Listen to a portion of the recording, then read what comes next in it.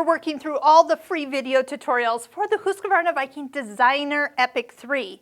And in this video, we're going to go through the tips that you need to know about winding a bobbin, threading the machine, and making sure that you're getting the best stitch ever for when you sit down to sew. So if you follow these steps, I guarantee that you're going to have good results right out of the box. Now, do keep in mind as you select your thread, the good quality thread is going to make a difference. So if you're not sure if it's good quality thread, honestly, these days, the more you pay for it, the better quality it is. If you feel like you got a deal and a half with a big thread variety pack, you might have gotten just that. If you have some troubles with your machine, let's change the thread and use something else.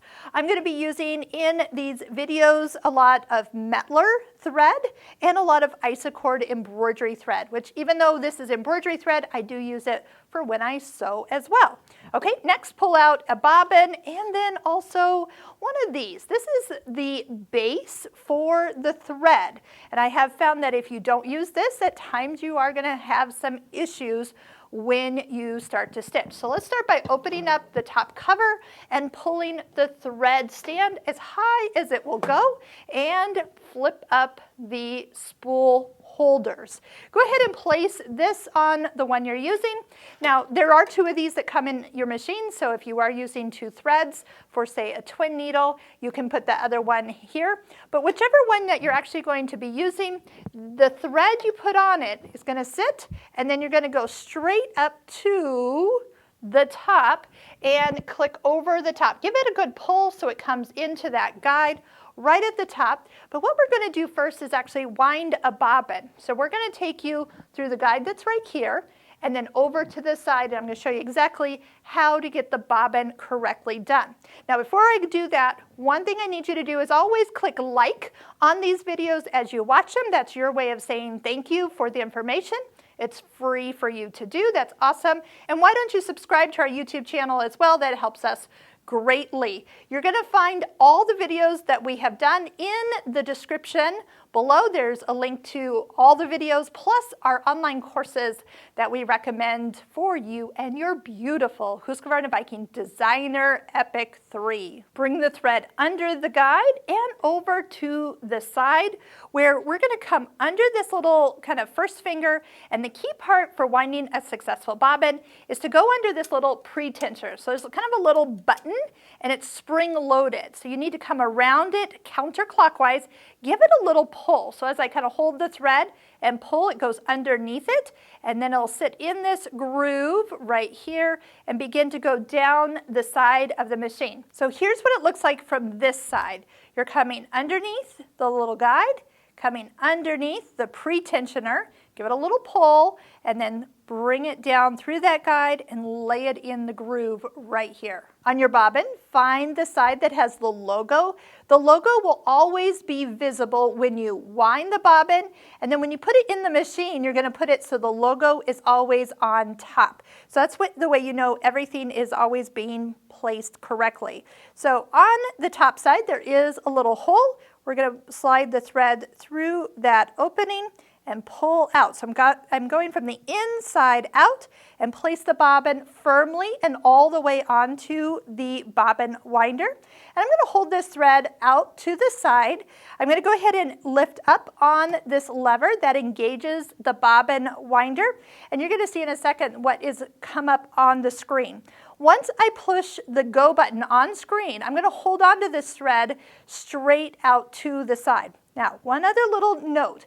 This little white piece is adjustable. So just with a little bit of tweaking, I can twist it down and away from me, which makes the bobbin fill more or less. So once we fill this bobbin up, you're going to see if it's maybe all the way to the right edge, not overfilled. That's when it's not, that's too much. But you can actually adjust that. I've also found that because it's adjustable, sometimes it gets bumped and it goes either too less or too much past where you want it. So just know that you can go back and kind of tweak it yourself, and you don't have to take it into a service department to have that looked at. So I'm holding it out, I'm engaging the bobbin winder.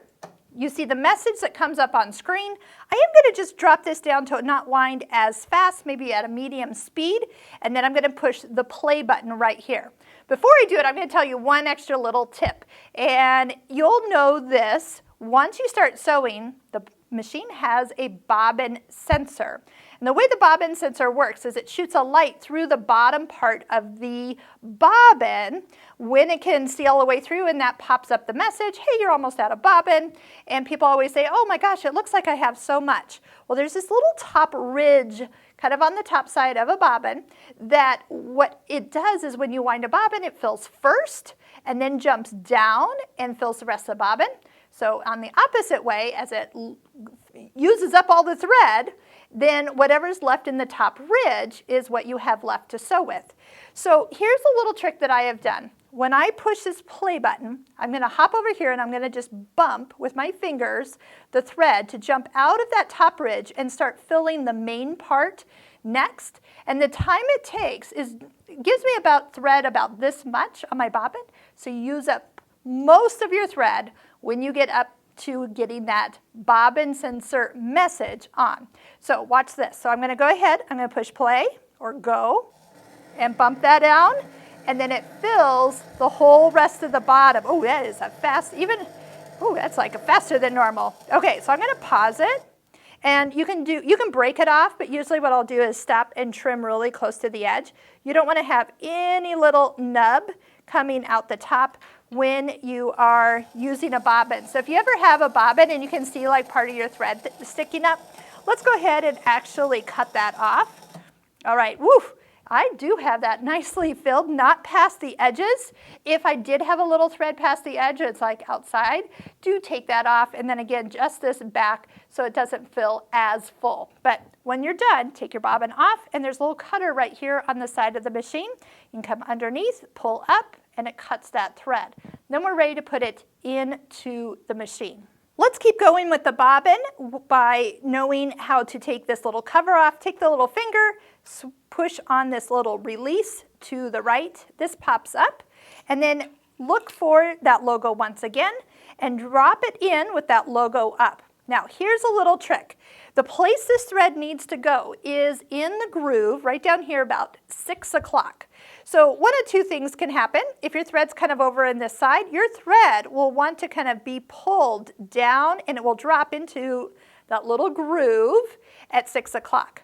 If your thread is over here, instead of trying to back it up and trying to bring it over, just flip it around the top until it does come back down and it wants to drop into that. Next, so it gets into the tension. Bobbin cases have tension, just like the machine does up here at the top. You need to make sure the thread gets in the tension, and you'll do it correctly when you hear a click. And I like to take my finger, place it on the bobbin to put resistance so it doesn't spin, and take my thread, and I'm going to have you listen for the click. And so between 6 o'clock and about 7:30 is where the bobbin tension is, and you've made sure to properly click that in. Once you're in, all you need to do is take the thread tail over the top of this little area here. There's a little arrow underneath, and there's a cutter right here that's going to cut the bobbin to the perfect length. So what I like to do is put my door little cover back on, align it up on the left, push down on the right, and then pull the thread to the left, and it will cut the thread and even kind of hold it in place for when we start to sew. And we don't have to bring up our bobbin thread any longer when we start sewing. So once we get the needle threaded and we're ready to test it, all we have to do is step on the foot control. At this point, we're going to just bring the thread out from our bobbin winding area here and all the way over to this being our first guide. So just make sure your thread is going straight up to the thread stand, and I'm coming over here. Now watch what I'm going to do is I'm actually going to thread this machine with my left hand. Now I'm right-handed, so that always seems weird when I try to tell students this, but what I'm going to do is I'm going to be keeping resistance on this thread, making sure that it's laying in each of the spots as I go correctly. So I'm kind of threading with purpose.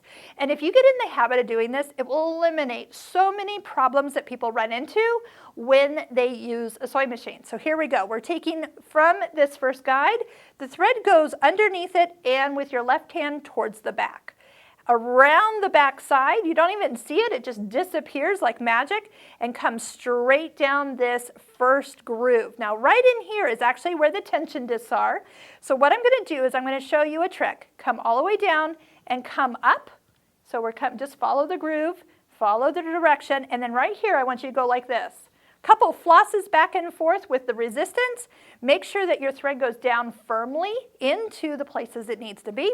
Otherwise, have you ever been sewing and you get those like big hairy loops on the back of your fabric? If you've had that, what it's been is your thread wasn't seated deep enough in the top tensions. And so this is your way of making sure that is never going to happen again. Make sure your needle's at the highest position, and I would use your needle up, down button right here to make sure your needle is where it needs to be. Don't use the hand wheel over on this side. That's not really the place for turning. You can, but it's really not going to put this where it needs to be. You're going to take your thread in on the right, down on the left. You don't even have to look, but it goes into the take-up lever, so it should feel like it's hooked on something at that point. And did you notice I did it with just one hand? The true part of holding with two hands is just during that tension area, and then from here you can do the rest with one hand. After you come down, there's one guide at the top of the needle. Take your thread, and from the right side, you are connecting behind the guide at the top of the needle, and then we're ready to give the thread to the needle threader to do the last step. Bring the thread up to these two little arms, and then in this little white area in the mouth, just kind of push it back. It should kind of hold in that place.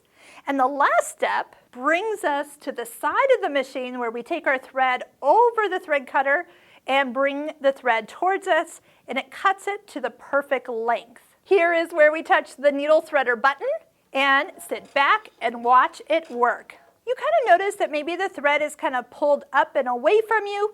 You can leave it there and start to sew, or if you want, you can get a hold of that thread and bring it down and place it underneath the presser foot and to the back. Now, right now we are on our straight stitch and it requires foot A.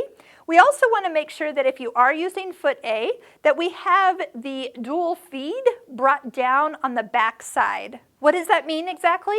This little part hangs up and out of our way. But if we are using any feet that have this cutout on the back side, so like the 1/4 inch foot has that cutout, so you can see that there's an opening. You will want to, and actually you need to, always make sure that you pull this down. You can just do it even with a finger or two, and it just clicks right into position. And then it helps with the feeding of all the layers of the fabric perfectly. Now, if you have a foot on with that opening and you don't use it, you're going to get some wonky looking stitches. So do keep that in mind when you're sewing. So check and see. Your machine will even tell you if you need to have that engaged or not. Now, the next thing I'm going to do before I sew is I have a piece of fabric, but I'm going to fold it in half. You're always going to see me do this, is fold the fabric in half before I start to stitch. And at this point, I'm going to just take a few stitches to see how everything is looking and sewing. So everything is super smooth, and then we can check both sides of the fabric and see the quality of the stitch. When you're done sewing, you can touch this scissor button. That will cut the thread and lift the foot up all at once. And you can see if your stitch looks the same on the front as it does on the back, and if it's the same, that means that you have successfully threaded your machine correctly. So if you have any issues, just go back through the video and see what might need to be changed. Do you have the right needle on? Do you have too thick of a thread for the needle you put on? When was the last time you actually cleaned down below underneath the throat plate? That can make a difference because thread and fabric is linty, and that can all make a difference in the quality of your stitches. So look for our cleaning and maintenance video for what you do on a regular basis, maybe after every 3 or 4 bobbins, to go in underneath here and clean it out and remove some of that lint. Put a new needle in, maybe change thread if it's not a great quality thread, and see if that will make a difference. All right, let's get on to all the other things that you can do with the Viking Epic 3.